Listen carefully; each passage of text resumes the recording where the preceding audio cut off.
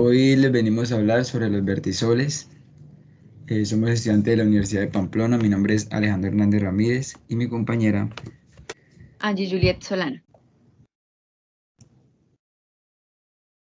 Vertisoles significa invertidos, que verte, que revolver, es decir, mezcla por la presencia de arcilla hinchable. Su color predominante es el negro o grisáceo, como parece bajito.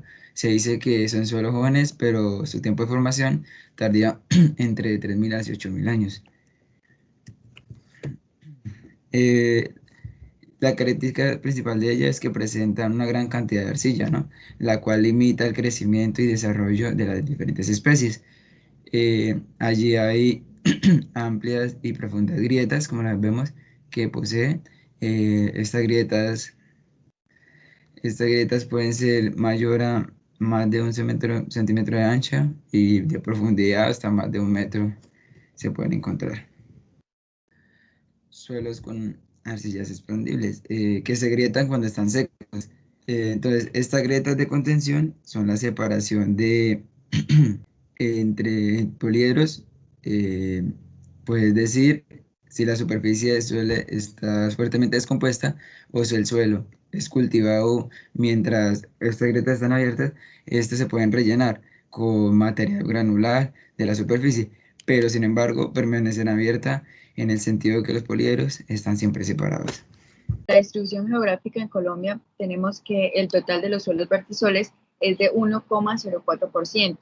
Este está distribuido de la siguiente forma. En la región del Caribe colombiano tenemos el 0,5%, en la región andina tenemos el 0,1% y en el Valle del Cauca tenemos un 0,44%. La región que más suelos vertisoles posee es la región del Caribe colombiano. Dentro de los factores y procesos de formación de los vertisol, está el factor clima, la vegetación, el tiempo, el relieve y el material parental.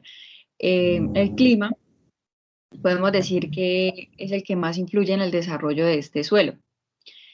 Pues se dice que desde la combinación de la temperatura y la precipitación se producirán estos periodos de desecación, humedecimiento, que definen a los vertisoles y que se dan en cualquier latitud del planeta. Tenemos el factor vegetación. Pues claramente se ve limitado por los vertisoles, puesto que deben estar adaptados a la posibilidad de que las raíces sufran tensiones ante la humectación y desecación de las arcillas. Tenemos el factor tiempo. Podríamos señalar que se dan sobre suelos jóvenes, pero con material parental procedente de superficies geomorfológicas antiguas. Dentro del relieve y el material parental, cabe señalar que los vertisoles se desarrollan en dos niveles. Uno es el macrotopográfico, que se desarrolla en pendientes menores al 5%, y el microtopográfico, con la presencia de estructuras gigae. Dentro de los procesos formativos tenemos la haploidización por argilopedoturbación. Esta consiste en una mezcla del material que produce la imposibilidad de una diferenciación de horizontes, es decir, que no se encuentran los horizontes debidamente diferenciados. Durante el periodo seco, pues se forman grietas que poco a poco se van rellenando por la erosión natural. Y dentro de las condiciones climáticas, pues tenemos que es estacionalmente, pues depende de los climas, ya sea húmedo y que están sujetos a sequías y a inundaciones. Es por ello que hay presencia de grietas y demás. Vamos a hablar sobre los horizontes diagnósticos para el orden de este vertisol. Bueno, un horizonte cálcico es el resultado de una acumulación secundaria entre carbonato de calcio y carbonato de magnesio. Comúnmente se forma en clima áridos, en suelos con desarrollo parental o ácidos. Esta acumulación puede estar en varios horizontes, como el semónico, ático, etc. El duripán es un horizonte subsuperficial endurecido cementado, en parte por agentes como óxido de hierro, carbonato cálcico, aluminio, etc. Las raíces allí solo penetran a lo largo de fracturas verticales, las cuales tienen un espacio de 1 centímetro horizontalmente. El ócrico es un horizonte que tiene un color demasiado claro, como lo vemos acá, alto value y croma, o demasiado poco carbonato, eh, carbonato pues orgánico, ¿no? Demasiadamente delgado para ser mólico o es duro y macizo a la vez cuando se seca. Por eso cuando se seca ellos también como forman estas grietas que las caracterizan a los vertisoles. La clasificación a nivel de suborden, pues está en función del régimen de humedad del suelo. Entonces, tenemos 6. Está ACARS, que son los vertisoles que tienen condiciones áficas durante algún periodo del tiempo, la mayoría de los años, y pues muestran rasgos redoxifórmicos. Está el CRAERPS, que tiene un régimen de temperatura craico. Está el CEREPS, tiene un régimen de temperatura térmico, mésico o frígido. Si no se encuentran pues regados, muestran grietas que están abiertos al menos durante 60 días o más consecutivos en los siguientes 90 días. Está el TORRETS. Estos son vertisoles que si no están regados, tienen grietas que están cerradas menos de 60 días consecutivos cuando la temperatura del suelo está alta. Y a 50 centímetros de profundidad está por encima de 8 grados centígrados. Están los subsuelos USTERS, tienen grietas abiertas si no están regados durante el año, al menos 90 días acumulativos pues, al año. Están los UDERS, tienen grietas que están abiertas menos de 90 días acumulativos y, menos de 60 días consecutivos durante el verano. En cuanto a las propiedades morfológicas, pues ya sabemos que vértice significa invertido, que es la inversión pues, de arcilla que son expandibles. Entre los horizontes predominantes, en cuanto a su morfología, está el horizonte A con el sufijo P, de seguido el horizonte B con el sufijo SS, que este sufijo se utiliza cuando hay fisuras, y pues después el sufijo C. Como no se presentan horizontes definidos, o sea, entonces no se sabe dónde termina cada uno, ¿no? Sabemos que la arcilla es expansible y que se esparce y contrae pues, dependiendo con la humedad o la sequedad. Entre las características morfológicas principales se tiene en cuenta el color, la textura, la composición de elementos, etcétera, que suelen ser muy pues, uniformes, a pesar de que ya se esparcen, ¿no?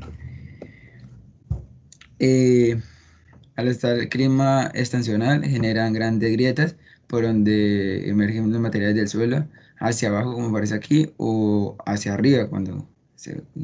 La vegetación en estos suelos tiene que ser plantada donde las raíces como que se puedan adaptar a estos cambios tan drásticos de propiedades.